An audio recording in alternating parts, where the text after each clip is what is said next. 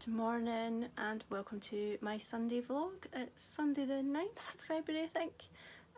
We are currently expecting a bit of a storm today, so it's quite windy and a bit rainy. We keep having bright spells though, so it's not too bad.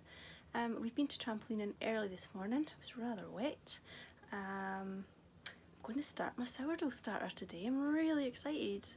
I can't wait. I've been looking at the sourdough hashtag on Instagram and looking at all that bread. Oh, and the pizzas. Oh, I can't wait. I'm not sure what we're doing today. Joshua is trying to convince me to go out for ice cream. I'm not sure about that.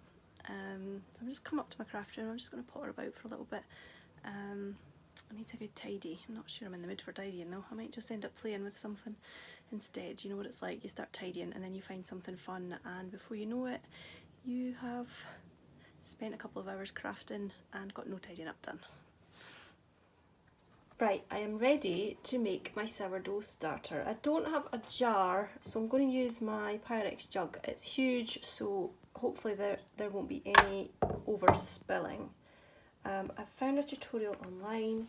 It's on a website called theperfectloaf.com, so I'm just going to follow the instructions on this. It looks so simple, so let's begin. If my scales will work, I'm going to pop my scales on and zero the jar, and we want grams. So the flours suggested in this tutorial are a rye flour. It says if you use a rye flour you will get a really good start. And I've gone for organic as well, and I've got an organic plain white flour because we want it to be unbleached, because any bleach will kill off the yeast, which is the complete opposite of what we're trying to achieve. So we're going to start off with 100 grams of the rye flour. I've just realised this is a white rye flour and the tutorial says whole grain, so I hope that will be okay. I hope the lighting is okay for you. It's a very weird day. We're due some storms today, so it's dull and rainy, but the sun has also just popped out. Right, so in here we're going in with 100 grams of flour.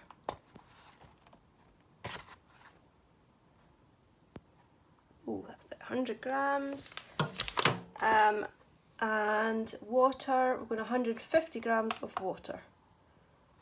The water is slightly warm because it said room temperature. Obviously it's not very warm at the moment, so I did add a little tiny bit of warm water to the tap water just to make it slightly warmer. So 150 grams. I should really have done the water first.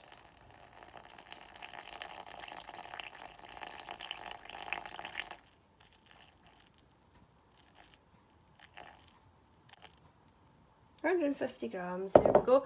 So I'm going to give that a really good stir.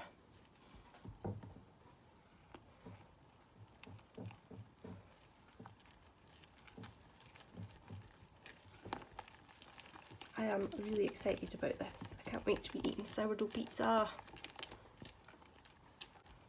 So there we go, really good stir. It says stir vigorously. It also says to store it somewhere really warm. I don't know how much of a problem that's going to be because the house is not particularly warm.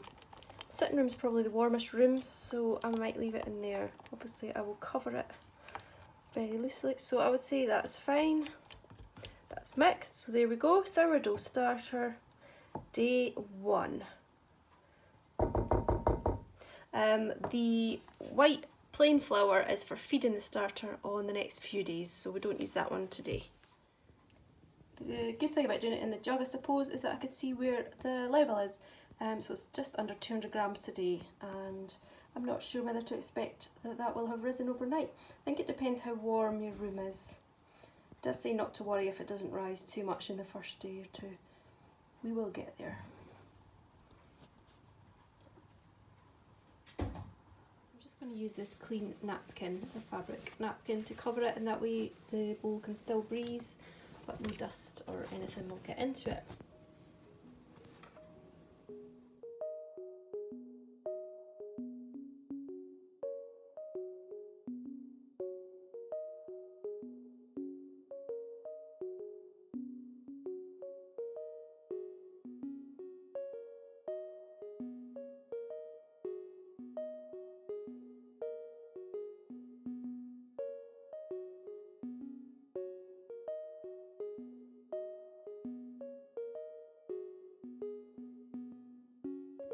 just wanted to share this with you. I bought myself something this week. I've been thinking about it for a while, so I did a bit of research, took a good look around, decided what I wanted, and this arrived earlier this week. And it's a lovely little notebook. It's actually in a really nice leather cover. This one is called a traveller's notebook, this particular style, I think, and it has various books inside it. You can take them out, they're not attached, they're only attached by the bit of elastic, so that's really good. You can keep the whole set up and the cover every time you need to just replace a book, which is great. This one I got from Amazon. I'll put a link below, and it came with 3 books. So there's a plain one, a square one, and I think there's also a lined one, which I am probably going to be more inclined to use the least, so I haven't put that one in my book. This was a really great set because it also came with some insert like storage, so you've got a little storage one there, and it goes right through, so you've got more storage here, and then there's this great one that has more little pockets here, so of course you can store business cards in it or whatever, and then a little zippy pocket, which I thought was really handy.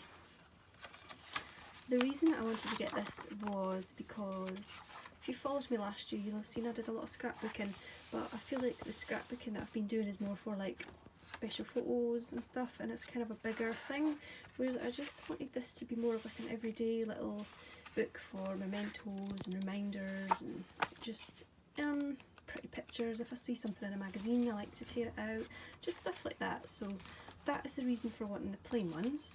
I think the squares will work nicely for that as well. I love square paper, who doesn't? So the inserts for me are going to be used for things like sheets of stickers. These are going to be perfect for little stickers things. I can't think what else I'll keep in there apart from stickers. Maybe things like the glue dots, I do have some of those, they'll be quite handy. I'll probably use a Pritt stick. I bought a few of those last year when I was doing my scrapbooking, so I just thought I'd share that with you. I did a lot of research into what size to get, what type of book to get. I knew I wanted one where I could keep the cover and just replace the inserts. I thought that was a great idea, and because it's leather it will last. I think it's got a lifetime guarantee basically, so I'm really happy with that.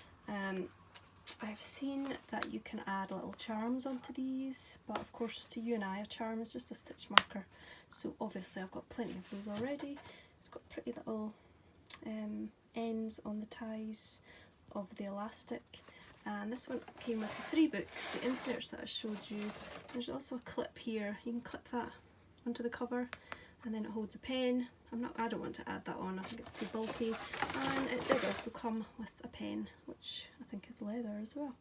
So I thought it was a really nice set. So just now I think I'm going to look through my stamps and my washi tapes and stickers and just decide on a little capsule sort of pack to keep alongside my new journal.